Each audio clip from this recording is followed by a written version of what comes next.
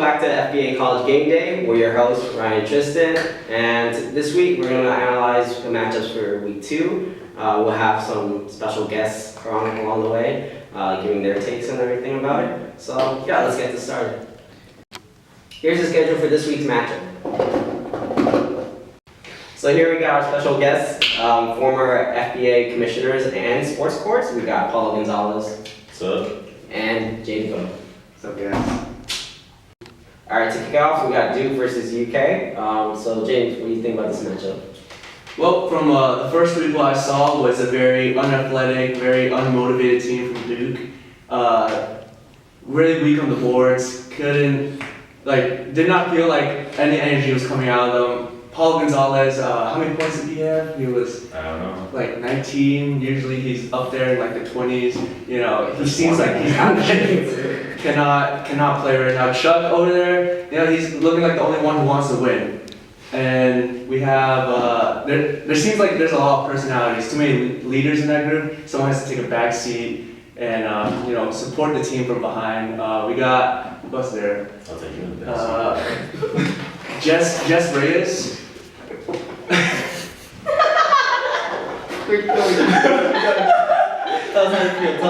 So we got Jess Reyes, former former FBA champion.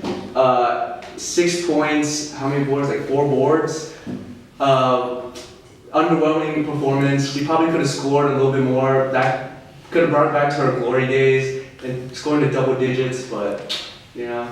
And on the other hand, UK. I believe UK is gonna win this week. They're more athletic. They're gonna hustle them out, get more boards. They led this whole week in grabbing rebounds and I believe 38 boards as a team. Tommy Vu dropping people out there, creating big waves everywhere. That man, he doesn't need Paulo Gonzales on his team. He got new Paulo Gonzales and Sean Singh. But yeah, I think UK's gonna take this game this week. Probably they're gonna win by, I don't know, probably 10-15 points. So there you go. So what do you think? You gonna take that? How do you feel about this matchup? I don't know, man.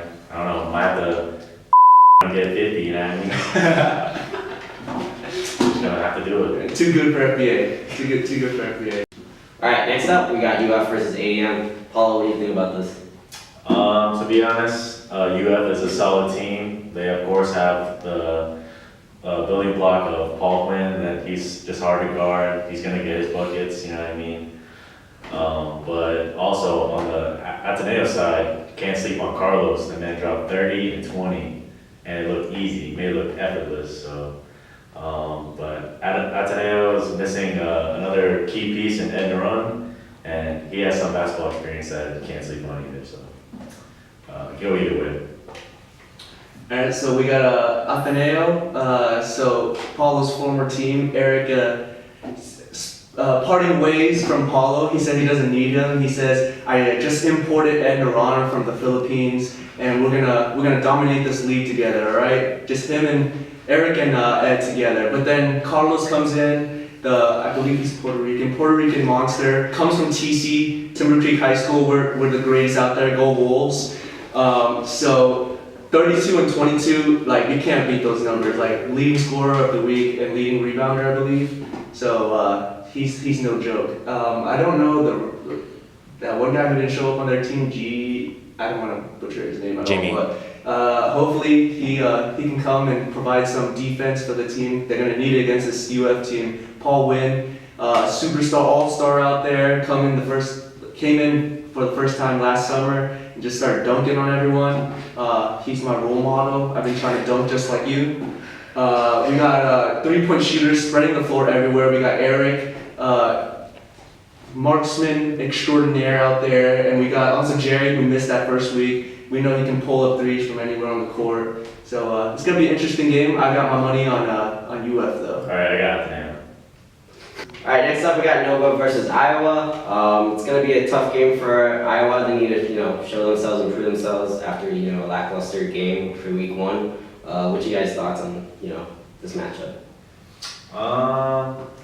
Nova, I think they got a lot of young guys that know how to just run the ball. They're gonna definitely push the pace.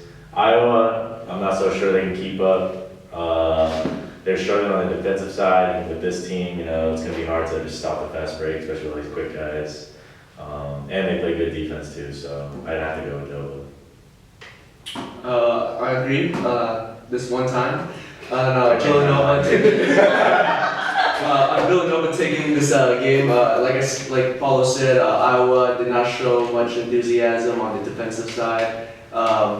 They just need to, get a little practices out there, work on their team synergy, and figure out their roles on the game, in the game. So whoever is going to lead the charge and who's going to be the role players. Villanova, on the other hand, solid team. Everyone can play on that team. We got Justin Lee, who can score from anywhere, inside, outside, dribble, in and out. He does it all. He's like Michael. He's watched that movie too many times. And then we got Norman Adams, the crazy creature. He's like, where are your board shorts at, man? Like, I've been waiting, catch me off guard every single time with those. He's just too bright. Blinds me on defense. Who else we got? We got marksman extraordinaire over here in Ryan Tran. Went to the shooting school of Chris Wynn, and he's just been shooting lights out ever since. So, I'm expecting a good game out of these. Chris Wynn owns a construction company Bricks. Alright, next up we got FSU versus UNC. Can it be enough to take on the FBA vets in the Bahumune brothers? What do you think, James? Oh man. So FSU in the first week, I believe they had a lackluster performance. The team that they are, they have shooters everywhere. They can definitely score. Their shots weren't falling.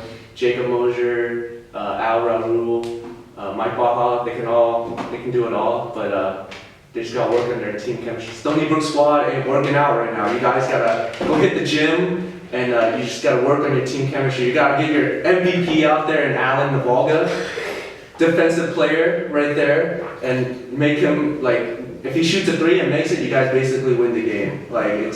It's just there. All right. Who else we got? We got UNC over here, the Tar Heels. I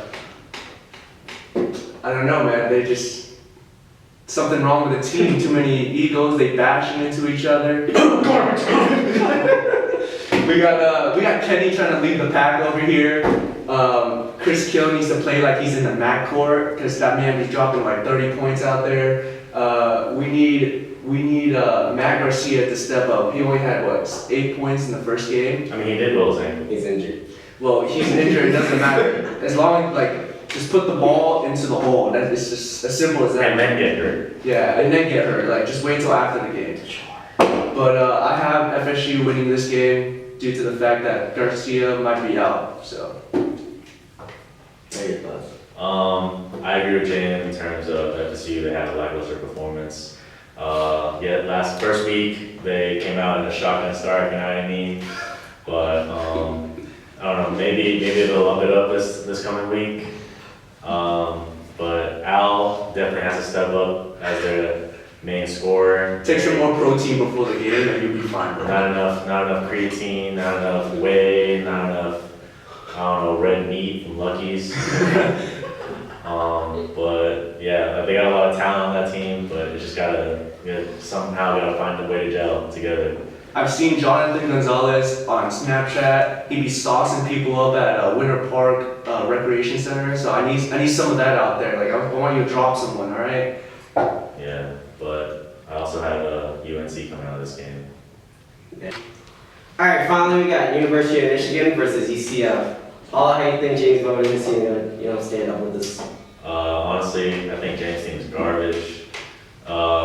But start off, Michigan, they got a lot of talent on that team. You got John Hayo, David Shaw, Mike Wynn, a lot of pieces on there too deep. Shoot that thing from too deep. But, I don't know, they just gotta find a way to make it gel together because they got a lot of talent on that team. They could be a real threat in this league. They could possibly be a dark horse, but UCF, they got studs like John Tyrese, Chris Chen. Got a lot of dogs in that team, but they're looking like puppies. Right. Anyway, So what we got? Michigan, UCF. All right. Michigan, I didn't get to watch them last week, so I can't judge the performance. But off of, I believe it was a 64-59 loss. They kept up with Kentucky, I believe they played pretty well. They only fell behind by 1 rebound, so they're a good rebounding team. David Shaw, he's like a walking double-double. John Hugh, I've been watching your Instagram videos. You got that sauce, pull it up. Oh, don't get me on that punching bag though. You need to work on your form, bro. Scary. Anyways, who else we got? We got two. He gonna spread the floor. Two. We got a little sauce up in there too. He can shoot that ball from 2 deep. Really? Is that the joke that you had? 2 deep. No, what's his name? Oh my god. Anyways, you got Michael Quinn over there. He's been hitting the gym, working on that mid-range shot. I believe in it. Left-handed. I can't. You're just too good looking. I can't shoot like you. Who else we got? Don Pham. We got a veteran on that squad. He's gonna lead the squad very far in the league, I believe. And they're going against us, UCF. That's all I gotta say. UCF. We're gonna win. No. That's all we got for this week's predictions. Hope you guys come out for this Sunday at the Education Complex at 2 p.m. to see this week's matchup. Thank you guys for coming out. You guys got any final words to say?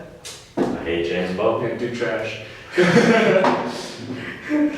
Barbecue chicken, baby.